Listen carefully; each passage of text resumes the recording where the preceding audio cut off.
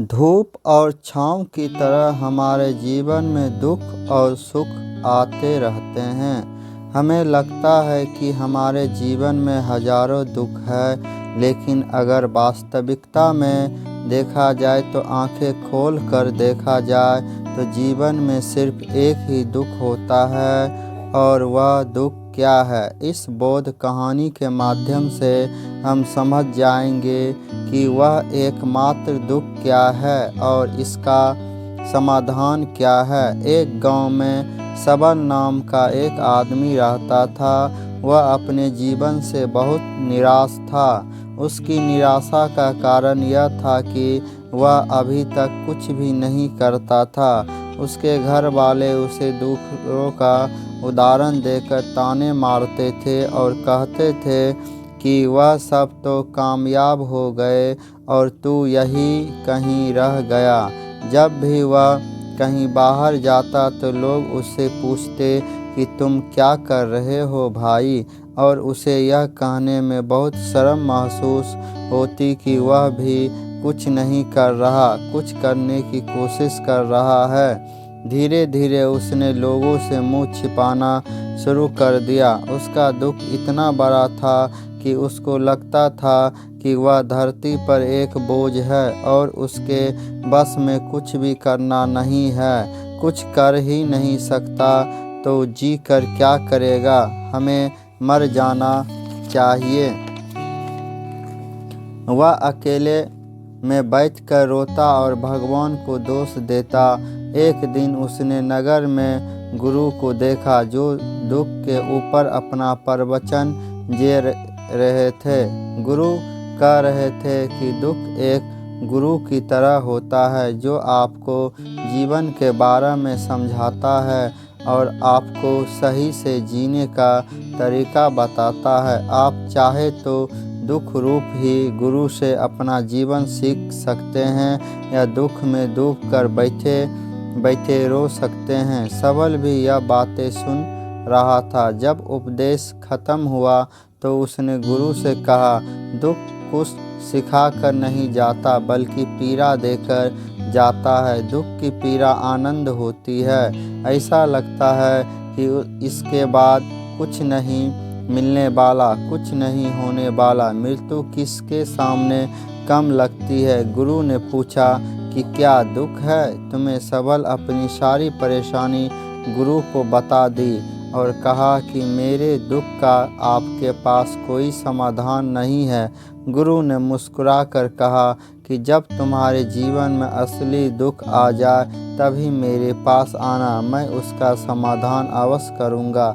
यह कहकर गुरु वहाँ से चले गए। सबल सोचा कि क्या मेरा दुख असली नहीं जो मैं जी रहा हूँ दुख नहीं है?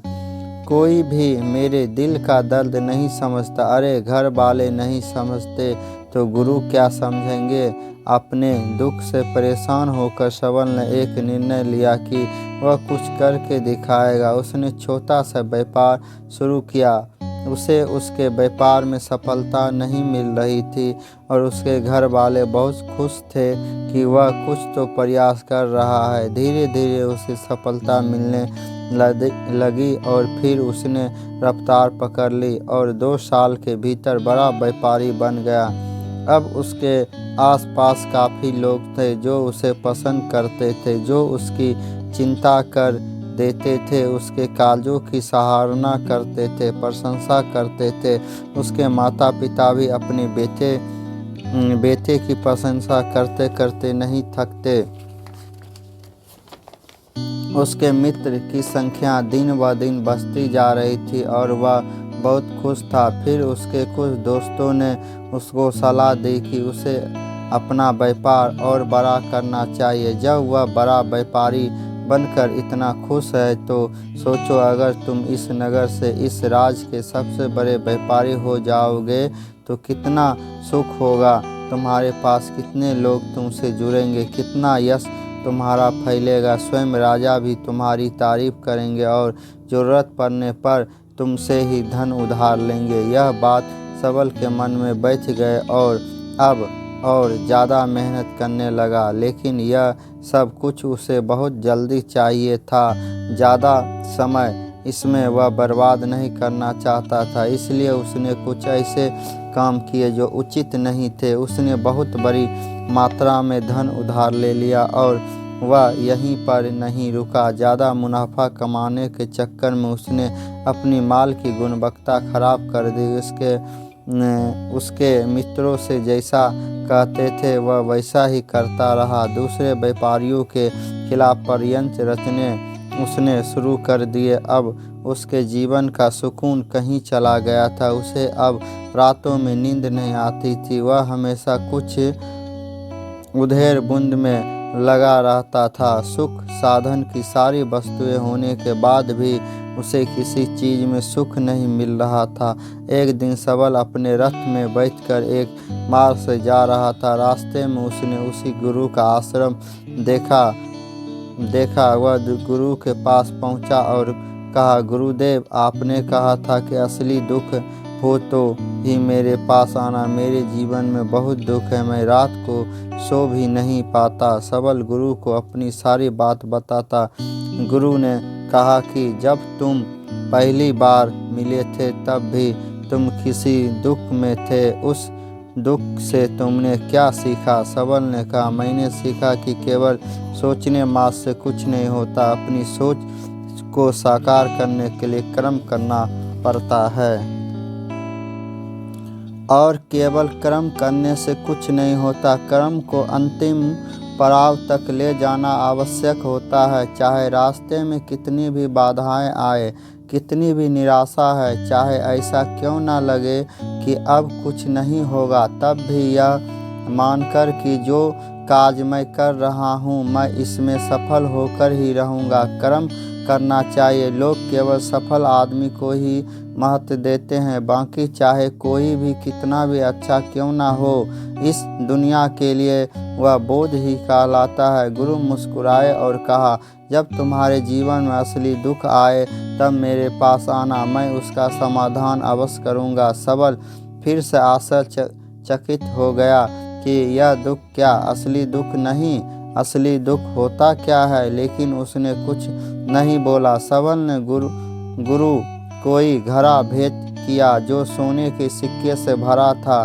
घड़े को देखकर गुरु ने कहा कि इस घड़े को वहाँ उस पेड़ के नीचे गड्ढा खोदकर दबा दो, यह मेरे किसी काम का नहीं है। सबल ने भी ऐसा किया और वहाँ से चला गया। धीरे धीरे सबल को व्यापार में घाटा होने लगा। उसकी धन संपदा धीरे धीरे घटने लगी और एक ऐसा समय आया जब उसके ऊपर बहुत कर्ज हो गया था। लेकिन वह निश्चित था क्योंकि कर्ज उसके मित्रों द्वारा ही उसे दिया गया था। वह सोचता था कि उसके मित्र उसके बुरे समय में उसका साथ देंगे, पर ऐसा कुछ नहीं हुआ। सबसे पहले उसके मित्रों ने अपना उधार धन उससे मांगना शुरू कर दिया। ना देने पर जान से मारने की धमकी तक दी। उसके शुभ चिंतक, उसके चाहने वाले सब उससे दूर होते चले गए। उसके पिता उसकी गलतियों को उसे गिनवाने लगे। उसकी सारी संपत्ति नीलाम हो गई। उसके पास कुछ नहीं बचा। वह सड़क पर आ गया। उसने अपने पिता से सहायता मांगी। पिता ने कहा कि मेरे पास तो यह थोड़ी सी संपत्ति है, अगर मैं तुम्हें यह दे दूं तो मैं तुम्हारी माँ को कहाँ रखूँगा? हमारा सहारा यही संपत्ति है। बेटा, उसके जीवन में बहुत गहरा दुख था। उसके आसपास कोई भी ऐसा नहीं था जो उसे संभाल सके। इस धोखे की वजह से वह टूट गया था। लगता था कि जीने का कोई मतलब नहीं है। मृत्यु हुई एकमात्र सहारा है। जो मरने के लिए नदी की तरफ जा ही रहा था, तभी रास्ते में उसे याद आया कि गुरु ने कहा था कि जब उसके जीवन में असली दुख आए तो उसके पास आए और उसके दुख का समाधान कर देंगे। सबल गुरु के पास गया और उसने गुरु को सारी बात बताई और कहा, मेरे दुख का समाधान कीजिए गुरुदेव। गुरु ने कहा, कि जब तुम्हारे जीवन में असली दुख आए तभी मेरे पास आना, मैं उसका समाधान अवश्य कर दूंगा। सबल ने कहा कि असली दुख क्या होता है? यह असली दुख गुरुदेव, क्या अब मेरे जीवन में जो घट रहा है वह दुख नहीं है? गुरु ने कहा कि पहले यह बताओ कि तुमने अपने दुख से क्या सीखा। सबल ने कहा कि जो लोग हमारे तरह पीछे पीछे तुम्हारे साथ हैं वह तुम्हें धोखा देंगे, क्योंकि तुम्हारे बुरे समय में वह तुम्हारा साथ नहीं देंगे बल्कि तुम्हारा फायदा उठाएंगे। भरोसा केवल उन्हीं लोगों पर करना चाहिए जो तुम्हारे बुरे समय में सफलता के साथ समय में तुम्हारे साथ खड़े रहे हो, और ऐसे लोग बहुत कम ही देखने को मिलते हैं। गुरुदेव जिन्हें मिलते हैं उन्हें हमेशा उनकी कदर करनी चाहिए, कभी किसी के खिलाफ प्रयत्न नहीं करना चाहिए, ईमानदारी और धैर्य के साथ काम करना चाहिए, लालच नहीं करना चाहिए। गुरु ने पैर के नीचे गड्ढे खोदकर घड़ा निकालकर जिसमें सोने के सिक्के भरे थे और वह सबल को दे दिया और कहा कि जब असली दुख आए तभी मेरे पास आना। सबल को उस घड़े से थोड़ी उम्मीद मिली। उसने गुरु को प्रणाम किया, धन्यवाद किया और वह घड़ा लेकर चला गया। उस धन से उसने दोबारा व्यापार शुरू किया और अब वह छोटा सा व्यापारी बनकर भी खुश था और ईमानदारी से काम करते करते फिर से बड़ा व्यापारी बन गया। हालांकि इसमें उसे अब कुछ समय लगा था, लेकिन खुश था। उसका जीवन खुशियों से भरा था। लेकिन आप अच्छे नहीं हैं, कितना ही अच्छा काम करते हैं, दान करते हैं, पुण्य करते हैं, लोगों की मदद करते हैं, जीवन में दुख सबके आता है। तो सबल के जीवन में भी फिर से दुख आया। उसके पिता माता की मृत्यु हो गई। वह दोनों एक ही दिन मृत्यु को प्राप्त हो गए। सबल अपने माता पिता से बहुत प्रेम करता था, इसलिए उसे बहुत गहरा आघात लगा। वह उसे शमशान ले गया, वहाँ पर उनकी अंतिम क्रिया की। सबल ने जब उन्हें चिता में जलते हुए देखा तो उसका मन बेचैन हो उठा। उसके मन में हजारों सवाल खड़े हो गए। वह घर वापस आया तो उसने अपने माता पिता की संपत्ति को देखा, जिसके लिए वह हमेशा लड़ते रहते थे। आज वह लावारिस की तरह पड़ी थी। उसकी देख रेख करने वाला, उसे देखने वाला कोई नहीं था। उसके पिता ने जो भी इकट्ठा किया था वह सब यहीं पर रह गया था। एक दिन पहले तक भी वह अपनी संपत्ति के लिए किसी से भी लड़ने के लिए तैयार थे, लेकिन आज सब कुछ खत्म हो चुका था। उसका मन बहुत बेचैन सा हो रहा था। लग रहा था जैसे कुछ खाली है, कुछ अकेलापन सा है, कुछ डर है, कुछ है जो समझ नहीं आ रहा। इसलिए वह गुरु के पास पहुंचा। गुरु ने सबल को देखते ही कहा कि क्या कोई दुख है? सबल ने कहा कि जीवन में वैसे तो कोई दुख नहीं है गुरुदेव, सब ठीक ही है, सब खुशी है, पर आज मेरे माता पिता की मृत्यु हो गई और मेरा मन बहुत दुखी है। गुरु ने कहा कि इसमें दुख ही होने वाली क्या बात है? एक दिन तो सबके प्रियजनों को मर जाना ही है। जीवित तो यहाँ कोई नहीं रहा और ना ही कोई रहेगा। तुम भी एक दिन मर जाओगे, हो सकता है कल, या कहो आज, या कहो तो अभी भी तुम मर सकते हो।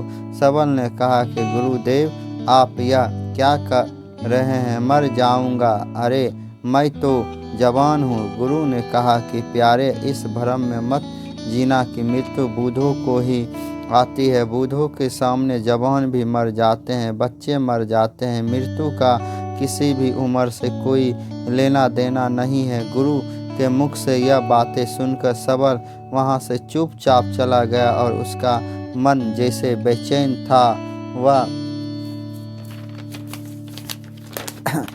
वह बेचैन कुछ खालीपन सा महसूस कर रहा था। दिन रात वह अपने बारे में ही सोचता रहता था। वह क्या कर रहा है, वह क्या है जो है, कैसे है, हम क्या हैं, हम क्या करने आए हैं यहाँ पर, क्या बस चीज़ों का उपभोग करना और मर जाना ही जीवन का असली मतलब होता है। उसे कोई जवाब नहीं मिल रहा था और उसका दुख बढ़ता ही जा रहा था। कुछ दिन बाद वह वापस उसी गुरु के पास पहुंचा और गुरु को सारी बात बता दी। गुरु मुस्कुराए और गुरु ने कहा कि आज पहली बार तुम्हारे जीवन में असली दुख उत्पन्न हुआ है।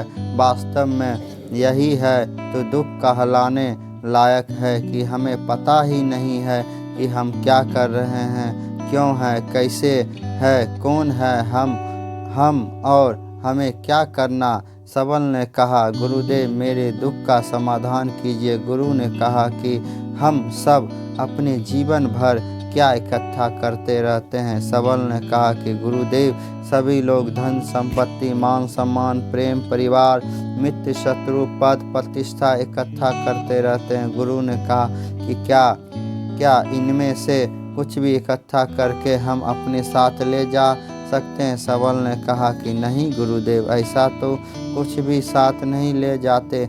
मेरे माता पिता के साथ भी कुछ नहीं गया, सब तो यहीं पर छूट गया। गुरु ने कहा, ध्यान से समझना, इस दुनिया में हम जिसे इकट्ठा करते हैं उसे हम कभी इकट्ठा करते ही नहीं।